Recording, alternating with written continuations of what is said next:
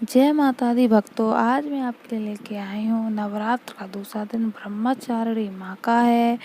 इन माँ का सफ़ेद रंग है। देवी पुराण के 45वें अध्याय के अनुसार ब्रह्मचारिणी माँ तप में लीन रहती थी, इसी कारण इनका रंग सफ़ेद है और इनके ब्रह्मचारिणी भी बुलाते हैं। आप इस कथा को सुनते समय इस श्लोक का ध्यान दें, देवी माँ बहुत प्रसन्न होंगी। दधाना करपद्भ्याम अक्षमाला कमंडलू देवी प्रसीदतु मयि ब्रह्मचारिण्युत्तमा। अर्थात जिनके एक हाथ में अक्षमाला है और दूसरे हाथ में कमंडल है, ऐसी उत्तम ब्रह्मचारिणी रूपी माँ दुर्गा मुझ पर कृपा करें। इस श्लोक का ये अर्थ है। भक्तों, आप इस श्लोक को स्मरण करें श्रद्धा भाव से, देवी माँ आपकी हर इच्छा पूरी करेंगी।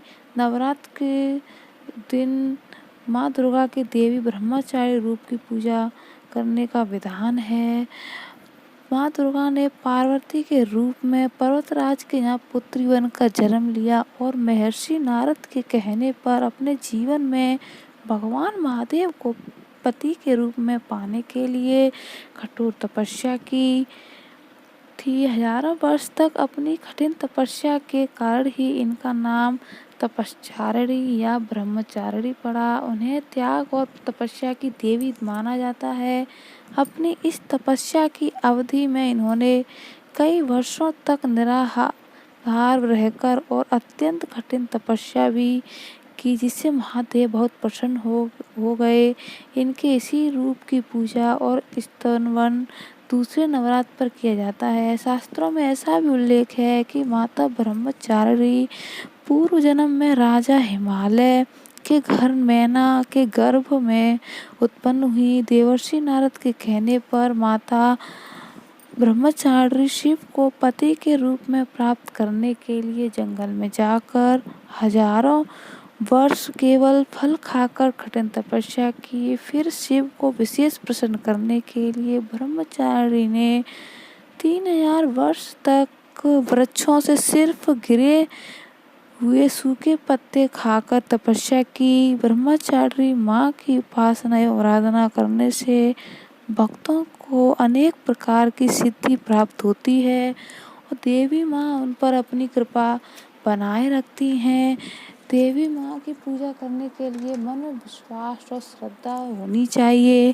तप, त्याग, वैराग्य, सदाचार इत्यादि की वृद्धि होती है। इनकी तप कृपा से भक्तों को सर्वत्र विजय की प्राप्ति होती है। जीवन की अनेक प्रकार की परेशानियां भी दूर हो जाती हैं। ब्रह्मचारिणी माँ के दाहिने हाथ में अक्षमाला और बाएं हाथ में कमंडल है। ये देवी माँ ने बहुत तपस्या की। आपको भी मन से पूजा करनी चाहिए, जिससे देवी माँ आपको हर मनोकामना पूरी करेंगी।